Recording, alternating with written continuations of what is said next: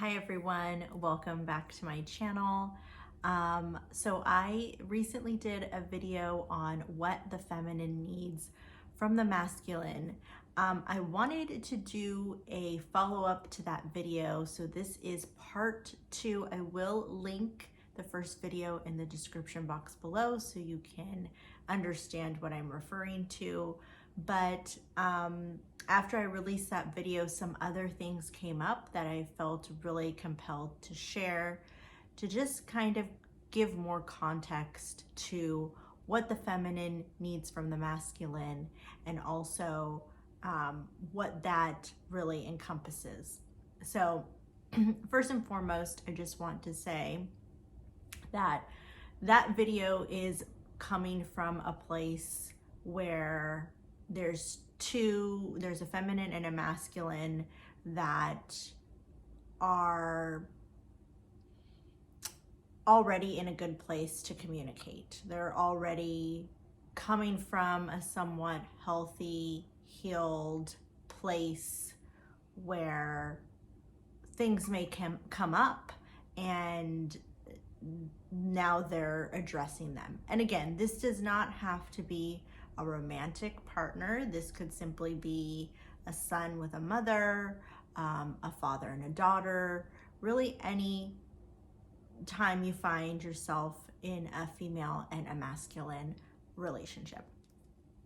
So I mentioned in the first video that when a woman comes to you with her emotions, it's important to just sit and listen and hold the space.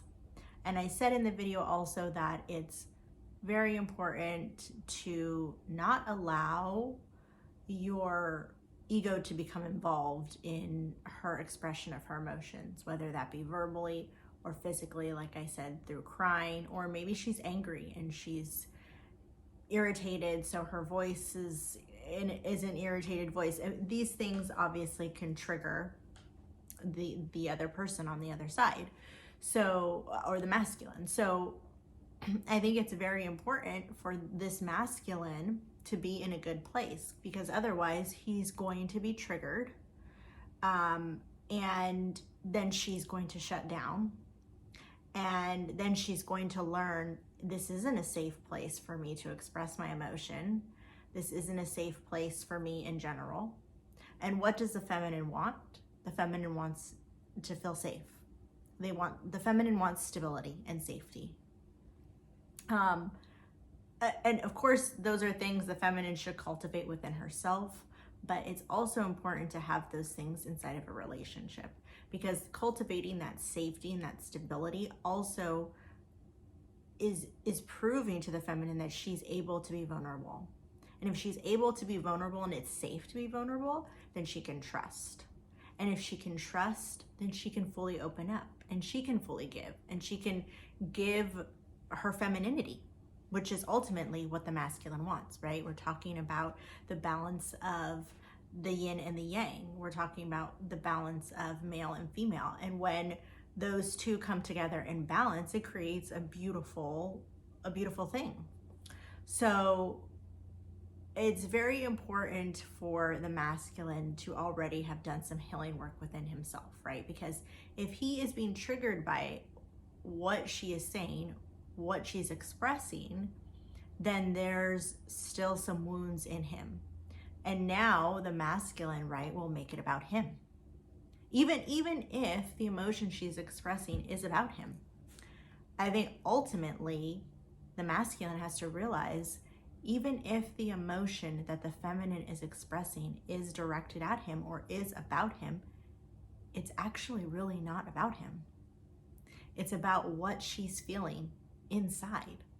So as long as he can acknowledge that feeling, doesn't have to agree with it, and he doesn't have to say, well, I don't agree, or we can agree to disagree. And that's mostly the point of what I'm saying, is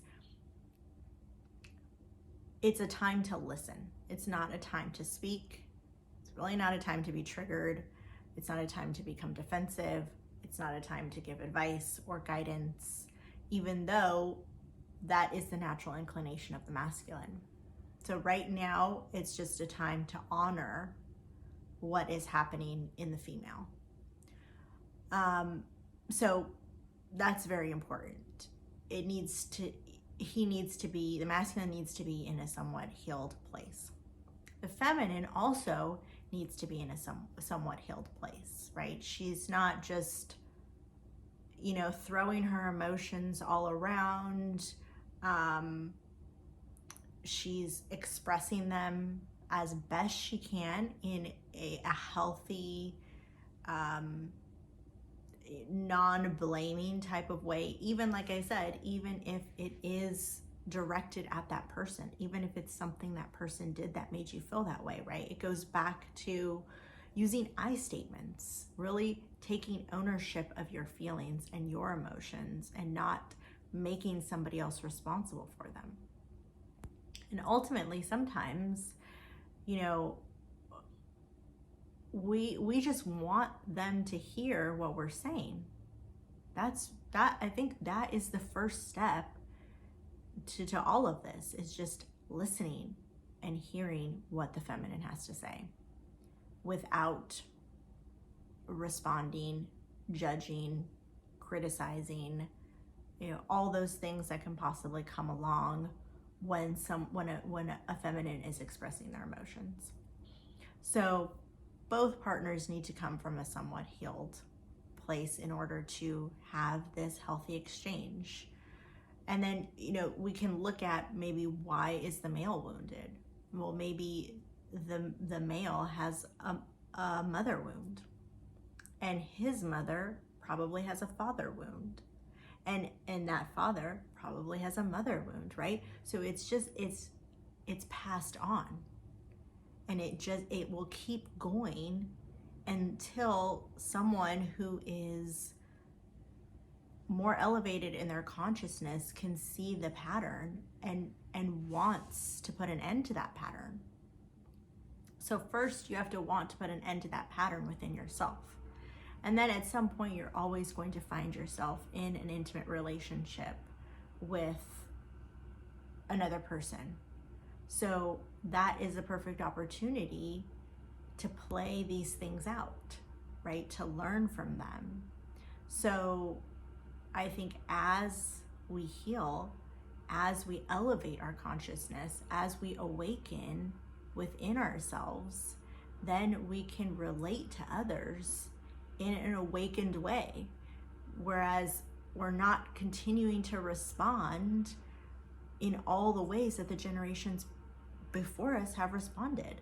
And what has happened is most of the time, women weren't heard. They weren't honored, and then they didn't feel understood. And so what do? They shut down. It's much easier for a woman to shut down in order to keep the peace, in order to do what's best for her, what she feels is best for her children, which is keep the family system together. So I'm going to go through every single day. I'm going to sacrifice myself. I'm going to sacrifice my emotions. I'm not going to say anything, because every time I say something, it creates disharmony in the house, right? And now my children, not only am I suffering, but now my children are suffering. And that's the last thing a woman wants.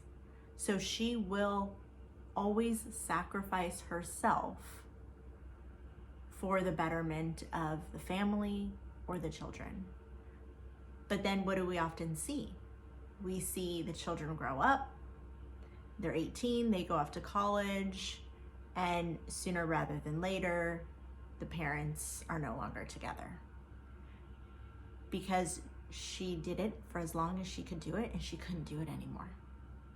And now the children are grown, they're off having their own lives now, and now she finally feels like, I can't do this anymore.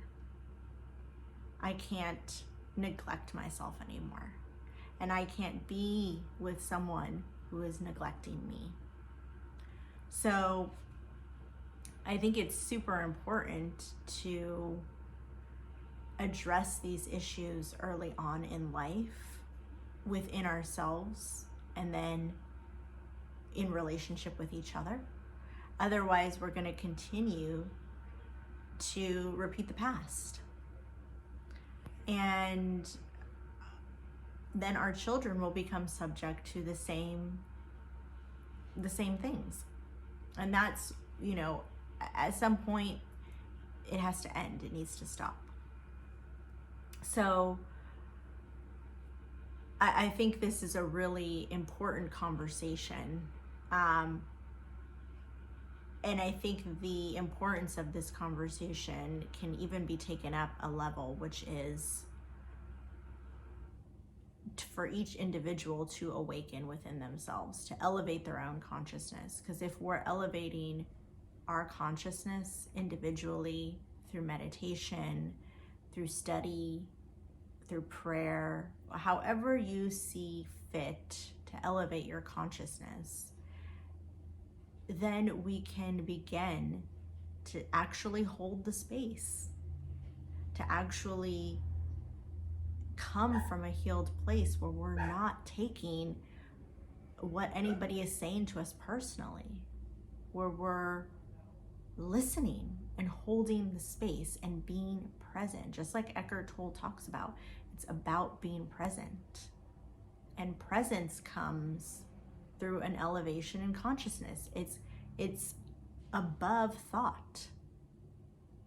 And emotion is really present in the body. Like, you feel emotion in the body. So if I'm present in my body and I can clearly feel my emotions, then the other person is also really present in their body and they can feel their emotions, and then they can also feel my emotions, and they're not analyzing my emotions with their mind and judging their emotions with their mind and trying to hurry up and mentally construct a response.